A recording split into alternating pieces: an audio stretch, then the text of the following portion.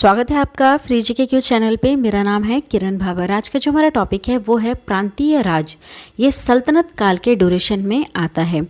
आज हम इसमें कश्मीर, जौनपुर, बंगाल, मालवा, गुजरात, मेवाड़ और खानदेश के बारे में अच्छी तरह से समझेंगे। इनसे रिलेटेड जितने भी इम्पोर्टेंट एमसीक्यूज बन सकते हैं, इम्पोर्टेंट पॉइंट्स जो होते हैं, जो आपके एग्जाम पॉइंट ऑफ व्यू से बहुत ज़्यादा इंपॉर्टेंट है, उसको मैं कवर करवाऊंगी। ठीक है, एक्सप्लेन करूंगी। साथ ही साथ लास्ट में बहुत सारे एमसीक्यूज को भी हम कवर करेंगे, तो वीडियो को लास्ट तक ज़रूर देखना, बहुत ज़्यादा इंपॉर्टेंट है। आप किसी भी एग्जाम की तैयारी कर रहे हो, चाहे आरआरबी, एसएससी, यूपीएससी, बैंक या फिर कोई भी गवर्नमेंट एग्जाम की अगर आप प्रिपरेशन कर रहे हो तो इससे रिलेटेड आपको क्वेश्चन देखने के लिए ज़रूर मिल जाएंगे। ठीक है, चलिए वीडियो को स्टार्ट करते हैं। एक छोटी सी रिक्वेस्ट के साथ हमारे इस चैनल को आप ज़रूर सब्सक्राइब करें। ठीक है, बिल्कुल फ्री है। पीडीएफ भी आपको अवेलेबल करवाते हैं, बिल्कुल फ्री अवेलेबल करवाते हैं, तो आप चैनल को ज़रूर सब्सक्राइब करके रखें। ठीक है, ताकि आपको वीडियोस मिल जाए कब कौन सी वीडियो अपडेट की गई है।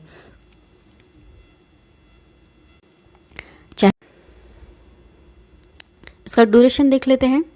सल्तनत काल 1206 ईस्वी से 1526 ईस्वी तक। ठीक है, सल्तनत काल का ही ड्यूरेशन है, इसको ज़रूर याद रखिएगा। इस ड्यूरेशन से आपको बहुत सारी चीज़ें समझ में आएंगी। देखिए, जो हमने दिल्ली सल्तनत जो मैंने आपको पढ़ाया था, वहाँ पर एक छोटी सी मिस्टेक हो गई थी।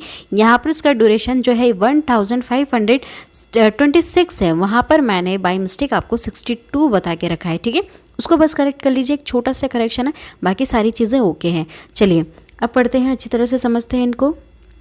भारत में अनेक प्रांतीय राज्यों की स्थापना भिन्न भिन्न शासकों के द्वारा की गई थी। ठीक है, मतलब देखिए, जितने भी अभी तक ये राज्य जिनके आप नाम सुनते हो ना अपने भारत में, इन सबको किसी ने स्थापित किया है। पहले इनका नाम नहीं था ये सारी चीज़ें, लेकिन किसने स्थापित किया, क्या नाम दिया, वही सारी चीज़ें आज हम समझेंगे। ठीक है, इन शासकों ने अपने समय में कई महत्वपूर्ण कार्यों को संपन्न किया।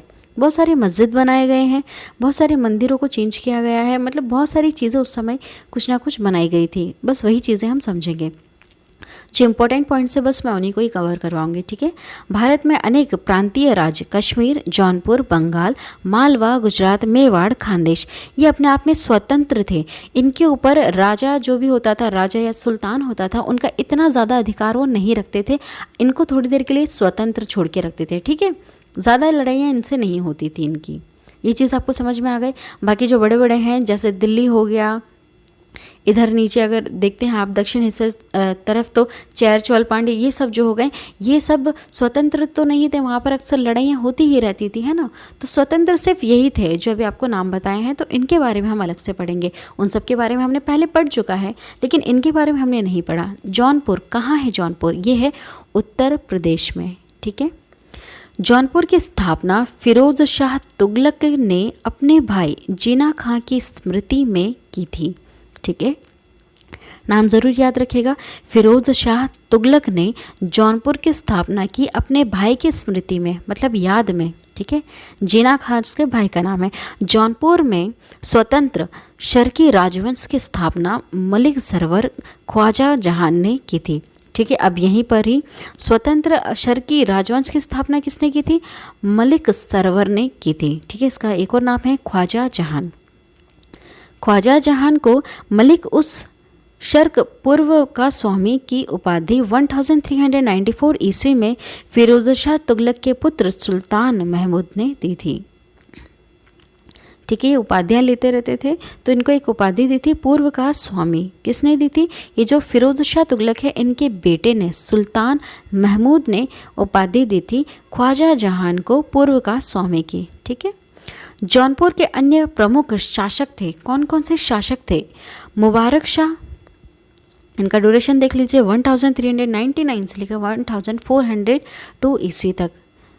शमशुद्दीन इब्राहिम शाह, महमूद शाह, शासक हुसैन शाह। ठीक है, ये सारे आपको नाम से समझ में आ रहे हैं, ये सब इस्लामी थे। चलिए, लगभग 75 वर्ष तक स्वतंत्र रहने के बाद जौनपुर पर बहलोल लोदी ने कब्जा कर लिया।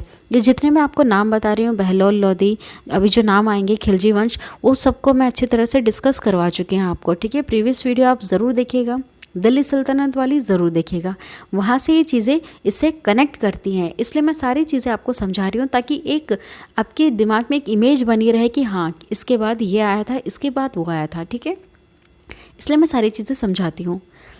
शर्की शासन के अंतर्गत विशेषकर इब्राहिम शाह के समय में जौनपुर में साहित्य एवं स्थापत्य कला के क्षेत्र में हुए विकास के कारण जौनपुर को भारत के सिराज के नाम से जाना जाता था। किस नाम से? सिराज के नाम से जाना जाता था। क्यों? क्योंकि इब्राहिम शाह के समय में यहाँ पर साहित्य और स्थापत्य कला की बहुत ज़्यादा विकास हुआ था। ठीक है, इसे जगत गुरु भी कहा जाता है। किसको? इब्राहिम, इसका पूरा नाम देखते हैं तो इब्राहिम आदिल शाह इब्राहिम है। ठीक है, इसको जगत गुरु भी कहा जाता है क्योंकि ये क्या करते थे, जितने भी धर्म होते थे ना सबको लेकर चलते थे। किसी के लिए इनके मन में कुछ गलत विचार नहीं था, सारे धर्म को ये एक समान मानते थे। ठीक है, और नहीं भी मानते थे तो उनको इतना ध्यान नहीं देते थे कि उनका कुछ गलत करना चाहिए, बस उनको साथ में लेकर चलते थे। अटाला देवी की मस्जिद का निर्माण 1408 ईस्वी में शर्की सुल्तान इब्राहिम शाह द्वारा किया गया था। अटाला देवी मस्जिद का निर्माण कन्नौज के राजा विजयचंद्र द्वारा निर्मित अटाला देवी के मंदिर को तोड़कर किया गया था। ये जो अटाला देवी का जो मस्जिद है ये पहले मंदिर था। ठीक है, आपको मैंने बताया है दिल्ली सल्तनत में कि जितने भी इस्लामी थे इन्होंने क्या किया था, जो ये महमूद गजनवी जो आया था जिसने 17 बार भारत पे आक्रमण किए थे, इसका एक ही काम था, जितने मंदिर है सबको तोड़ दो, सबको तोड़ दो, जितने हिंदू है सबको ख़त्म कर दो या फिर उनको मजबूर कर दो इस्लाम धर्म अपनाने के लिए। तो उनके बाद जितने भी इस्लामी आए, जितने भी वंशज चले हैं, सब ने यही नीति अपनाई। ठीक है, पूरे भारत को पूरी तरह से इस्लाम बनाना चाहते थे। तो ये देखिए, ये एक तरह का मंदिर हुआ करता था, इसको तोड़कर मस्जिद बना दिया गया। ठीक है, और आज की जनरेशन में इस चीज़ को लेकर भी बहुत सारे क्वेश्चंस उठे थे, है ना। ताजमहल को लेकर क्वेश्चन उठे थे कि वो पहले मंदिर था, ये वो था वो था। तो पुरानी बातें हैं, उसका अभी से कोई लेना देना नहीं है। ठीक है, क्योंकि ये सब पुराने राजा महाराजा करके गए थे, अभी उससे कोई लेना देना नहीं होना चाहिए वैसे, क्योंकि ये सब पुरानी बातें हैं। ठीक है, अटाला देवी मस्जिद का निर्माण कन्नौज के राजा विजयचंद्र द्वारा, ठीक है, ये विजयचंद्र ने निर्मित किया था, ये मंदिर था, इसको तोड़ दिया था सुल्तान इब्राहिम शाह ने और इसको मस्जिद बना दिया था। ठीक है, जामा मस्जिद का निर्माण 1470 ईस्वी में हुसैन शाह शर्की के द्वारा किया गया था। ठीक है, जामा मस्जिद का निर्माण किसने किया है? हुसैन शाह शर्की के द्वारा। ठीक है, ये ज़रूर याद रखिएगा क्योंकि ये पूछा जाता है किसने किसका निर्माण किया था, यही इंपॉर्टेंट है इसमें। किसने किस चीज़ का निर्माण किया, किसने किस राज्य की स्थापना की, ले दे के आपको यही बताना होगा। ठीक है, इसी पे क्वेश्चंस आएंगे। वैसे तो लड़ रहे थे, झगड़ रहे थे, उनके ऊपर हम ज़्यादा डीप में नॉलेज की बात नहीं करेंगे क्योंकि वीडियो काफ़ी लंबी हो जाएगी। तो जो इंपॉर्टेंट पॉइंट्स है बस मैं उसको कवर करवा रही हूँ, याद रखिएगा। जामा मस्जिद का निर्माण हुसैन शाह शर्की के द्वारा किया गया। झंझरी मस्जिद 1430 ईस्वी में इब्राहिम शर्की के द्वारा किया गया। ठीक है, झंझरी मस्जिद का निर्माण इब्राहिम शर्की के द्वारा। लाल दरवाज़ा मस्जिद का निर्माण मोहम्मद शाह के द्वारा 1450 में किया गया। ठीक है, लाल मस्जिद का निर्माण मोहम्मद शाह के द्वारा किया गया। मैं रिपीट कर रही हूँ ताकि आपको याद हो जाए। कश्मीर के बारे में सुहादेव नामक एक हिंदू ने 1301 ईस्वी में कश्मीर में हिंदू राज्य की स्थापना की थी। ठीक है, क्या नाम है? सुहादेव। 1339 से 40 ईस्वी में भारत में शाहमीर के द्वारा प्रथम मुस्लिम वंश की स्थापना की गई। कश्मीर का प्रथम मुस्लिम शासक शाहमीर था जो शमशुद्दीन शाहमीर के नाम से गद्दी पर बैठा। ठीक है, मैंने आपको पहले बताया है जो ये मुस्लिम थे ये क्या करते थे कि जो इनका बचपन का नाम कुछ और रहता और जब ये गद्दी पर बैठते तो नाम बदल कर बैठते, इसलिए हर किसी का आपको 2 नाम मिल जाएगा। ठीक है, ये सिर्फ मुस्लिम के इसमें है, हमारे हिंदू में जो चल रहा था उनमें ये ऐसा नहीं करते थे, रियल नेम से बैठ जाते थे। ठीक, बस एक चीज़ है जिसमें आप कंफ्यूज हो सकते हो कि इसका नाम ये भी है ये भी है, तो रीज़न ही यही है इसका। ठीक, ये चीज़ समझ में आ गई। इसने अपनी राजधानी इंद्रकोट में स्थापित की। कहाँ? इंद्रकोट में, कश्मीर का हिस्सा है। अलाउद्दीन ने राजधानी इंद्रकोट से हटाकर अलाउद्दीनपुर श्रीनगर में स्थापित कर दी। ठीक है, मतलब उस समय उसी को कहते थे, कश्मीर ही कहते थे। भारत क्योंकि काफ़ी बड़ा था, पाकिस्तान भी आता था, उसमें सब कुछ आता था, तो ऐसा कह नहीं सकते कि कश्मीर का हिस्सा कितना कह सकते थे उस समय, या फिर मध्य प्रदेश था तो कितना बड़ा था, क्या था, वो कोई बाउंड्री फिक्स नहीं थी उस समय। ठीक है, इसलिए कह सकते हैं कि हाँ वो कश्मीर में आता था। हिंदू मंदिरों एवं मूर्तियों को तोड़ने के कारण सुल्तान सिकंदर शाह को बतु शिकन कहा गया। ठीक है, क्या बुद्ध शिकन कहा गया है ना, बुद्ध शिकन कहते थे मूर्ति तोड़ने के कारण। 1420 ईस्वी में जैन उल आबदीन सिंहासन पर बैठा। ठीक है, उसके कुछ समय बाद अब कौन बैठते हैं, जैन उल आबदीन। इसकी धार्मिक सहिष्णुता के कारण इसे कश्मीर का अकबर कहा जाता था। धार्मिक सहिष्णुता मतलब कि देखिए, ये हर किसी धर्म को मानने वाला, अकबर के बारे में मैं आपको बताऊंगी आगे मुगल साम्राज्य में। तो ये जो अकबर था ये हर धर्म को मानता था। ठीक है, हर धर्म को मानता था। कहते हैं कि ये हर तरह की अंगूठी पहनते थे हर धर्म की, और ये वस्त्र भी अपने अलग अलग बदल के पहनते थे, ऐसा इनके बारे में ऐसा कहा जाता है। ठीक है, वो हम आगे और समझेंगे उसको। तो इसलिए इसको भी क्या कह रहे, कश्मीर का अकबर कह रहे, क्योंकि ये हर धर्म को मानता था। कौन, जैन उल आबदीन। ठीक है, जैन उल आबदीन हर धर्म को मानते थे, सम्मान करते थे। ऐसा ही अकबर भी करते थे। जैन उल आबदीन फारसी, संस्कृत, कश्मीरी, तिब्बती आदि भाषाओं का ज्ञाता था। इतनी सारी लैंग्वेज ये जानते थे। इसने महाभारत एवं राजतरंगिणी को फारसी में अनुवाद करवाया। ठीक है, फारसी लैंग्वेज में चेंज करवाया। अनुवाद करवाना मतलब बदलवा कर उसका प्रकाशन करवा देना। महाभारत किसने लिखी है बच्चों, वेद व्यास ने लिखी है, ज़रूर याद रखना। राजतरंगिणी किसने लिखी है, कल्हण ने लिखी है। किसने, कल्हण ने लिखी है। ठीक है, इसको ज़रूर याद रखिएगा। राजतरंगिणी बहुत ही फेमस है, ये संस्कृत में लिखी गई थी। इसमें लिखा गया है कश्मीर के बारे में। ठीक है, राजतरंगिणी के बारे पुस्तक में है ना, इसलिए इसको इसने जैन उल आबदीन ने इसको किस में अनुवाद करवाया, फारसी लैंग्वेज में करवाया। ठीक है, कश्मीर के बारे में इसमें काफ़ी कुछ लिखा हुआ है राजतरंगिणी में। 1588 ईस्वी में अकबर ने कश्मीर को मुग़ल साम्राज्य में मिला लिया। देखिए अब यहाँ पर क्या हुआ है ना, मैंने आपको दिल्ली सल्तनत में भी बताया, विजयनगर साम्राज्य में भी बताया, और यहाँ पर भी एक और बार बता देती हूँ कि जब ये सब बैठ रहे थे है ना, ये जो ड्यूरेशन चल रहा था उसके अंत तक यहाँ पर अब मुग़ल साम्राज्य अपना अधिकार जमा रहा था धीरे धीरे। ठीक है, सब पर आक्रमण कर रहे थे। कौन थे मुग़ल, बहुत बार बताया है प्रीवियस वीडियो में। चंगेज खां, चंगेज के बाद जो वंशज आए थे तैमूर लंग, उनके बाद जो आए थे वो सब थे मुग़ल। ठीक है, एक्चुअल में ये सब तो मंगोल थे, धीरे धीरे वो मुस्लिम धर्म उन्होंने अपना लिया, उसके बाद ये बदलकर मुग़ल कहलाने लग गए।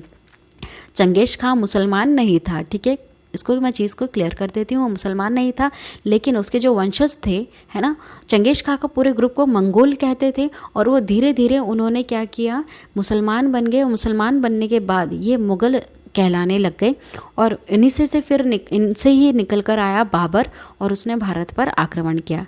ठीक है, तो वो कौन है, सब चंगेज खां और तैमूर लंग के वंशज ही हैं। ठीक, बंगाल के बारे में पढ़ते हैं। इख्तियारुद्दीन मोहम्मद बिन बख्तियार। ठीक है, इनका नाम काफ़ी बड़ा है, एक और बार पढ़ लेते हैं। इख्तियारुद्दीन मोहम्मद बिन बख्तियार खिलजी ने बंगाल को दिल्ली सल्तनत में मिला लिया। देखिए यहाँ पर स्ट्रॉन्ग थे खिलजी वंश है ना स्टार्टिंग में, इनके अंत तक कौन आ जाता है, मुग़ल साम्राज्य आता है। ये धीरे धीरे मुग़ल के बारे में हम आगे पढ़ेंगे, ये पूरे भारत को कवर कर लेते हैं मुग़ल। ठीक है, पूरे भारत पर अपना राज्य जमा लेते हैं। कहीं ना कहीं इनके कोई ना कोई होते हैं जो पूरे भारत को अपने अंडर में ले लेते हैं। गयासुद्दीन तुगलक ने बंगाल को 3 भागों में विभाजित किया। किसने, गयासुद्दीन तुगलक ने 3 भागों में कर दिया। पहला लखनौती जो उत्तर बंगाल है, सोनारगांव पूर्व बंगाल है, व सतगांव दक्षिण बंगाल है।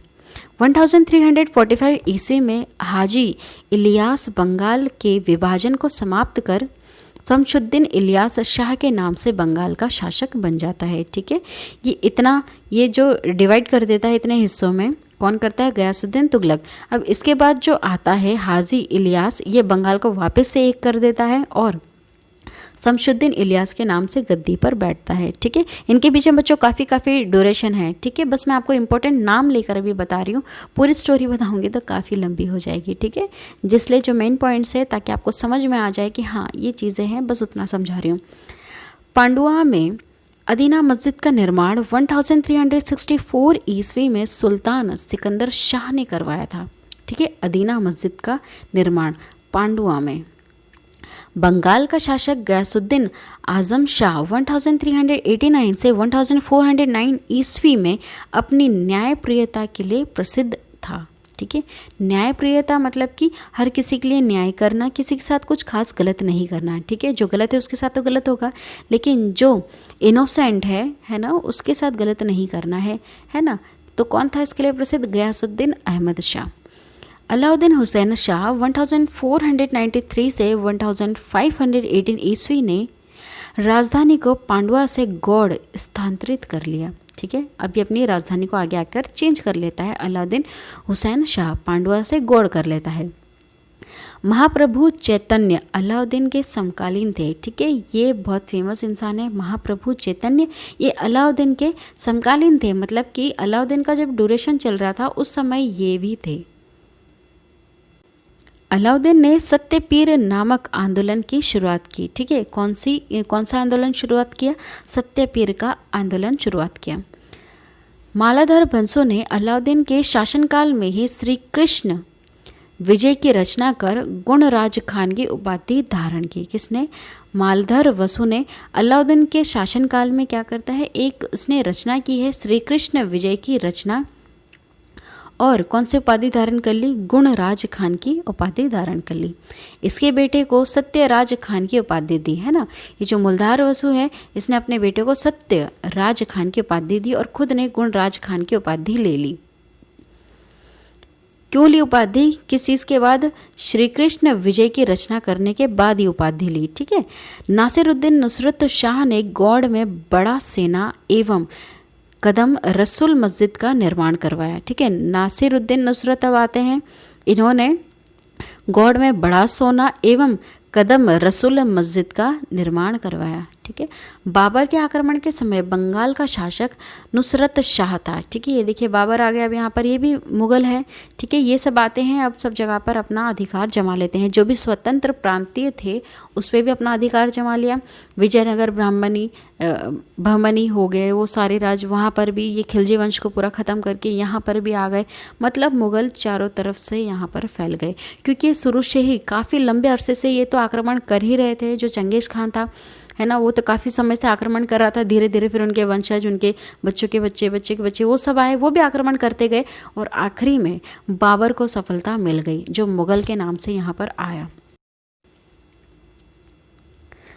मालवा के बारे में पढ़ लेते हैं। ये मध्य प्रदेश में आता है। दिलावर खां ने 1401 ईस्वी में मालवा को स्वतंत्र घोषित किया। ठीक है, दिलावर खां का अगर पूरा नाम देखते हैं तो दिलावर खां गौरी है। दिलावर का पुत्र अल्प खां हुसन शाह की उपाधि धारण कर 1405 ईस्वी में मालवा का शासक बनता है। ठीक है, तो मालवा का संस्थापक कौन है? दिलावर खां गौरी। ठीक है, याद रखिएगा। इसने अपनी राजधानी को धार से मांडू स्थानांतरित किया। मालवा में खिलजी वंश की स्थापना महमूद शाह ने की थी। किसने? महमूद शाह ने खिलजी वंश की यहाँ पर स्थापना की थी। गुजरात के शासक बहादुर शाह ने महमूद शाह द्वितीय को युद्ध में परास्त कर उसकी हत्या कर दी और मालवा को गुजरात में मिला लिया। ठीक है, मालवा को गुजरात में मिक्स कर दिया। किसने? गुजरात के शासक बहादुर शाह ने। ठीक है, ये जो महमूद शाह द्वितीय जो बैठता है, इसको युद्ध में हराया, इसकी हत्या की, और बहादुर शाह ने गुजरात में मिक्स कर लिया मालवा को। ठीक है, मांडू के किले हिंडोला भवन या दरबार हॉल का निर्माण हुसन शाह ने करवाया। ठीक है, किसने? हुसन शाह ने करवाया था। ठीक है, हुसैन शाह किसके बेटे हैं? यह दिलावर खां गौरी के बेटे हैं। इनका रियल नेम क्या है? अल्प खां नाम है। इस किले में सर्वाधिक महत्वपूर्ण है दिल्ली दरवाज़ा। ठीक है, बाज बहादुर एवं रूपमती का महल का निर्माण सुल्तान नासिरुद्दीन शाह द्वारा कराया गया था। ये काफ़ी खूबसूरत है दिखने में। ये महल, हम मध्य प्रदेश में रहते हैं और ये देख चुके हैं, काफ़ी ज़्यादा खूबसूरत है दिखने में। ठीक है, तो ये जो बाज बहादुर एवं रूपमती का जो महल है, ये किसने बनवाया है? सुल्तान नासिरुद्दीन शाह द्वारा ये बनाया गया है। ये नाम ज़रूर याद रखना। पूछा जाता है कि रूपमती का महल किसने बनाया जो मांडू में है, और बाज बहादुर का किसने बनाया, हिंडोला भवन दरबार किसने बनवाया, तो ये क्वेश्चंस आते हैं। ठीक है, ये नाम को ध्यान रखिएगा। जहाज महल का निर्माण गयासुद्दीन खिलजी ने मांडू में करवाया। जहाज महल भी काफ़ी खूबसूरत है दिखने में। जहाज महल का निर्माण किसने कराया? गयासुद्दीन ने करवाया, ठीक है, गयासुद्दीन खिलजी ने। कुशक महल को महमूद खिलजी ने फतेहाबाद नामक स्थान पर बनाया। कहाँ पर? फतेहाबाद स्थान पर कुशक महल को बनवाया। जहाज महल का निर्माण गयासुद्दीन खिलजी ने करवाया। बाज बहादुर रूपमती महल का निर्माण नासिरुद्दीन शाह द्वारा करवाया गया। मांडू के किले, हिंडोला भवन या दरबार हॉल है ना, ये हसन शाह ने करवाया, ठीक है, हुसंग शाह ने करवाया। ठीक, ये चीज़ आपको रिपीट करवा दी। चलिए गुजरात के बारे में पढ़ते हैं। तो गुजरात के शासक राजा कर्ण को पराजित कर अलाउद्दीन ने 1297 ईस्वी में इसे दिल्ली सल्तनत में मिला लिया था। ठीक है, ये अलाउद्दीन खिलजी की बात हो रही है यहाँ पर। यहाँ का जो राजा था राजा कर्ण, इसको मार दिया, ख़त्म कर दिया। उसके बाद अलाउद्दीन ने इसको दिल्ली सल्तनत का हिस्सा बना लिया। 1391 ईस्वी में मोहम्मद शाह तुगलक द्वारा नियुक्त गुजरात का सूबेदार जफ़र खान ने सुल्तान मुज़फ़्फ़र शाह की उपाधि ग्रहण कर 1407 ईस्वी में गुजरात को स्वतंत्र सुल्तान बना। ठीक है, गुजरात का स्वतंत्र सुल्तान बन जाता है। देखिए अलाउद्दीन खिलजी ने तो इसको दिल्ली सल्तनत में मिला लिया। ठीक है, तो ये दिल्ली सल्तनत का हिस्सा कहलाता है, ये गुजरात नहीं कहलाएगा उस समय। ठीक है, तो अब जो मोहम्मद शाह तुगलक आता है अलाउद्दीन खिलजी के बाद तुगलक वंश में, इसमें गुजरात में एक सूबेदार नियुक्त किया होता है ज़फ़र खां के नाम से। ठीक है, ज़फ़र खां जो होता है इसने नाम बदला होता है अपना सुल्तान मुज़फ़्फ़र शाह। ठीक है, इस नाम से गद्दी पर बैठ जाता है और गुजरात को स्वतंत्र घोषित कर देता है। ठीक है, और इसी ने इसकी स्थापना की थी। पूरा नाम पढ़ते हैं तो ज़फ़र खां सुल्तान मुज़फ़्फ़र शाह। ठीक है, इसने गुजरात की स्थापना की है। कब की है? सन भी याद रखिएगा, 1407 ईस्वी में। गुजरात के प्रमुख शासक थे, कौन कौन थे? अहमद शाह, महमूद शाह बेगड़ा, ये इम्पोर्टेंट है। ठीक है, बहादुर शाह। अहमद शाह ने आसवल के निकट साबरमती नदी के किनारे अहमद शाह नामक नगर बसाया और पाटन से राजधानी हटाकर अहमदाबाद को राजधानी बनाया। ठीक है, अहमदाबाद किसने बनाया है? ये बनाया है अहमद शाह ने। ठीक है, नाम एक जैसा है तो इन्हीं के नाम से ये रखा गया है। अहमद शाह ने ही अहमदाबाद को इसकी स्थापना की है। ठीक है, ये नगर बसाया है जो गुजरात में है, काफ़ी फेमस है। गुजरात का सबसे प्रसिद्ध शासक महमूद बेगड़ा था। ठीक है, प्रसिद्ध शासक कौन था? महमूद बेगड़ा।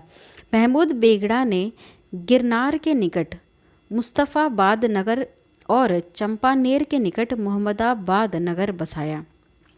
ठीक है, मोहम्मद बेगड़ा ने मुस्तफ़ाबाद और मोहम्मदाबाद नगर को बसाया है, ये ज़रूर याद रखना। 1572 ईस्वी में अकबर ने गुजरात को मुग़ल साम्राज्य में मिला लिया। ठीक, अब ये सारी चीज़ें जब ये आए मुग़ल साम्राज्य, अब इन्होंने भी इन सबको जीत लिया।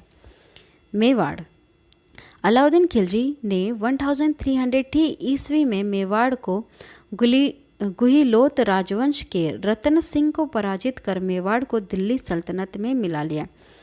ठीक है, अलाउद्दीन खिलजी, राजा रत्न सिंह और पद्मावती, उसके बारे में स्टोरी आप देख चुके होंगे मूवी में, पद्मावती मूवी में। ठीक है, तो अलाउद्दीन खिलजी ने ही, ये मेवाड़ कहाँ है? ये आता है राजस्थान में, है ना। वहाँ के राजा था रत्न सिंह, उसको हराया और उस जगह को दिल्ली सल्तनत में मिला लिया।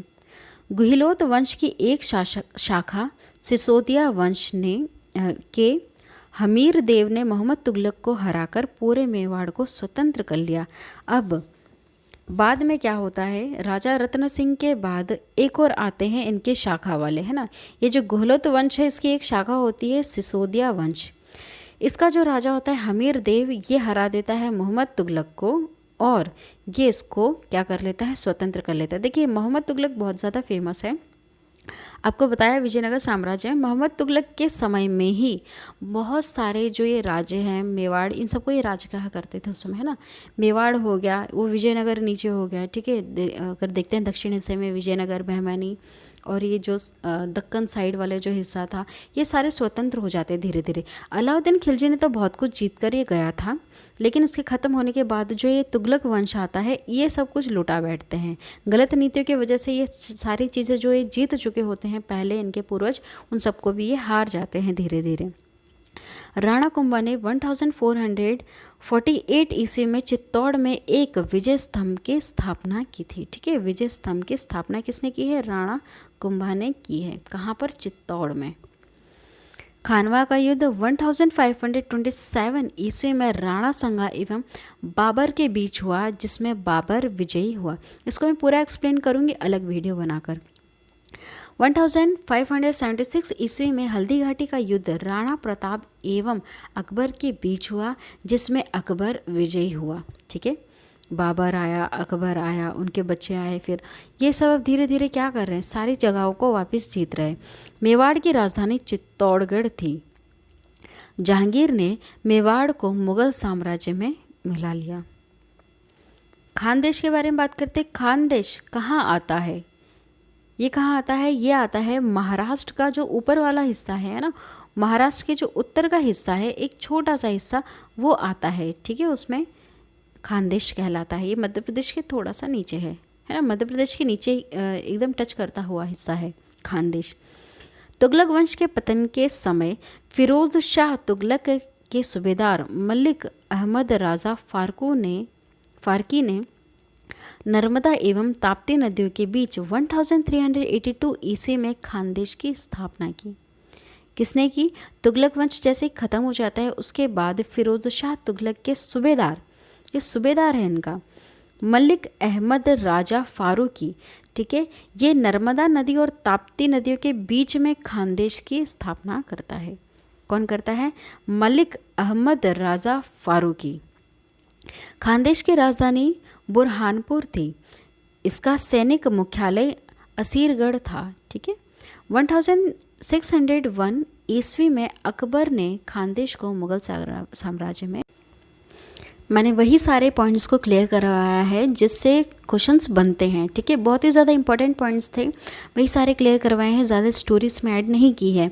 आई होप आपने वीडियो को बहुत अच्छी तरह से ध्यान से सुना होगा, समझा होगा, तो आप इससे रिलेटेड जितने भी क्वेश्चंस बनेंगे आप इनको बिल्कुल करेक्ट करेंगे। ठीक है, पहला क्वेश्चन है, कश्मीर का शासक जो कश्मीर का अकबर नाम से जाना जाता था, कौन है वो? इसका करेक्ट आंसर है जैनुल आबिदीन। ठीक है, ये जैनुल जो आबिदीन है ये कश्मीर का अकबर भी कहा जाता था। नेक्स्ट, निम्नलिखित मुस्लिम शासकों में किस एक को उसकी धर्मनिरपेक्षता में आस्था के कारण उसकी मुस्लिम प्रजा जगतगुरु कहकर पुकारती थी? जगतगुरु के नाम से मैंने आपको भी बताया था, किसको कहते थे? कौन है जिसे जगतगुरु कहा जाता था? ये था इब्राहिम आदिल शाह। इसकी मुस्लिम प्रजा ही इसको जगतगुरु कहती थी, इब्राहिम आदिल शाह को, क्योंकि इसके मन में धर्मनिरपेक्षता थी, मतलब कि किसी एक धर्म को ज़्यादा वैल्यू नहीं देता था, हर धर्म को समान मान के चलते थे। ठीक है, मतलब ज़्यादा उनको हर्ट नहीं करते थे जो दूसरे धर्म के होते थे। खानदेश राज्य का संस्थापक था, अभी बताया आपको कौन था इसका संस्थापक, वो था मलिक राजा फारूकी। ठीक है, इनको नाम को याद रखिएगा, ये पूछ जाते हैं कि इसका संस्थापक कौन था।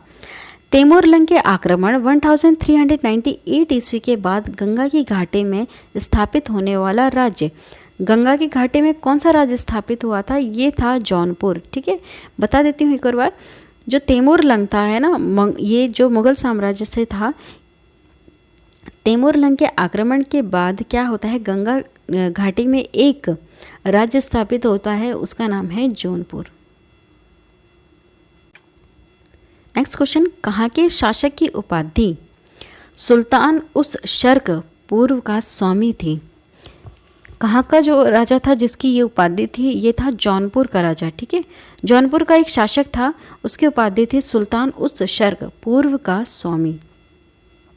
नेक्स्ट, मालवा के किस शासक के शासनकाल में मालवा राज्य का विलय अकबर द्वारा मुगल साम्राज्य में कर लिया? ठीक है, मालवा का ऐसा कौन सा शासक बैठा हुआ था जिसके शासनकाल में मालवा राज्य का विलय, है ना, विलय मतलब मिला लेना, विलय अकबर द्वारा मुगल साम्राज्य में कर लिया गया? कौन बैठा था उस समय? उस समय था बाज बहादुर। ठीक है, ये जो बाज बहादुर है इसी के समय में मालवा को अकबर मुगल में मिला लेता है। नेक्स्ट, अहमदाबाद की स्थापना किसने की थी? नाम से मिल रहा है ना, मैच कर रहा है नाम बिल्कुल एक जैसा। तो अहमदाबाद की स्थापना की है अहमद शाह प्रथम ने। किसने? अहमद शाह प्रथम ने। ये ज़रूर याद रखना, प्रथम है ये, है ना।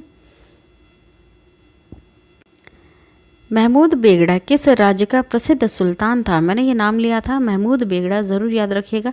ये किस राज्य का प्रसिद्ध सुल्तान था? ये गुजरात का था। कहाँ का था? गुजरात का प्रसिद्ध सुल्तान था। कश्मीर के प्रसिद्ध शासक जैन उल आबिदीन ने महाभारत, राजतरंगिणी आदि संस्कृत ग्रंथों का अनुवाद किस भाषा में करवाया? किस भाषा में करवाया था? फारसी भाषा में करवाया था। किस भाषा में? फारसी भाषा में करवाया था, है ना। आपको बताया मैंने ये कि ये जो महाभारत है ये किसने लिखी है? वेदव्यास ने। और राजतरंगिणी किसने लिखी है बच्चों? ये कल्हण ने लिखी है। इसको ज़रूर याद रखना। ये संस्कृत में लिखी हुई थी, उसको बाद में फारसी लैंग्वेज में कन्वर्ट किया गया। क्यों किया करवाया गया? क्योंकि इसके पीछे एक रीज़न है। ये कश्मीर के बारे में इसमें बहुत कुछ लिखा हुआ है इन बुक्स में। ठीक है, इसलिए ये जो जैन उल आबिदीन है ये भी कश्मीर का ही शासक होता है।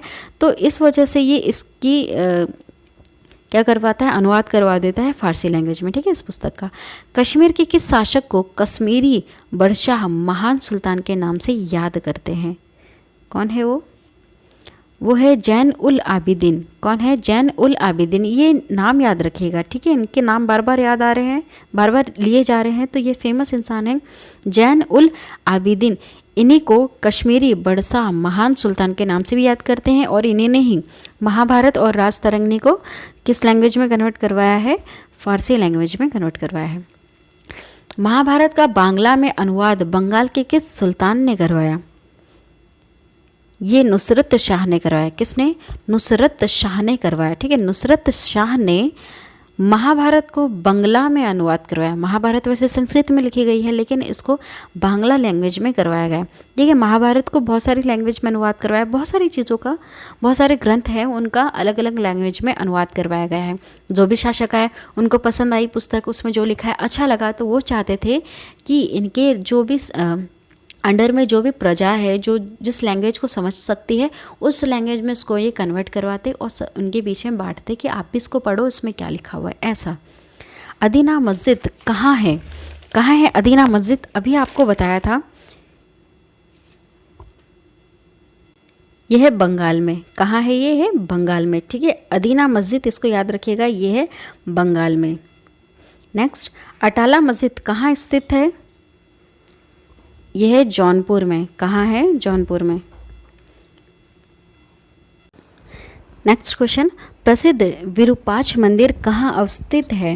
कहाँ पर है ये? मैं आपको विजयनगर वाली जो वीडियो बनाई थी उसमें बता चुकी हूँ। रिपीट किया है मैंने क्वेश्चन क्योंकि ये इंपॉर्टेंट है ना। जो ये विरूपाक्ष मंदिर है ये है हम्पी में। इसको याद रखिएगा, ये कहाँ पर है? हम्पी में। चलिए, इस तरह के क्वेश्चन आते हैं ना कि सुमेलित कीजिए। सूची दे रखी होती है, यहाँ पर मैंने ऑप्शन नहीं दिया है, मैं आपको यहाँ पर डायरेक्ट आंसर बताऊंगी।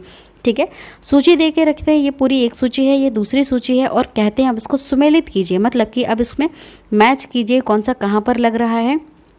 ऑप्शन दे दिए जाएंगे, उस हिसाब से आपको उसको समझना होगा। ठीक है, तो देखिए, छोटा सोना मस्जिद जो है वो है बंगाल में, याद रखिएगा। झंझरी मस्जिद है वो है जौनपुर में। हिंडोला महल है वो है मालवा में। रूमी खां मस्जिद है अहमदनगर में। ठीक है, ये किसने बनवाया है इसको भी ज़रूर याद रखना, मैं आपको बता चुकी हूँ। ठीक है,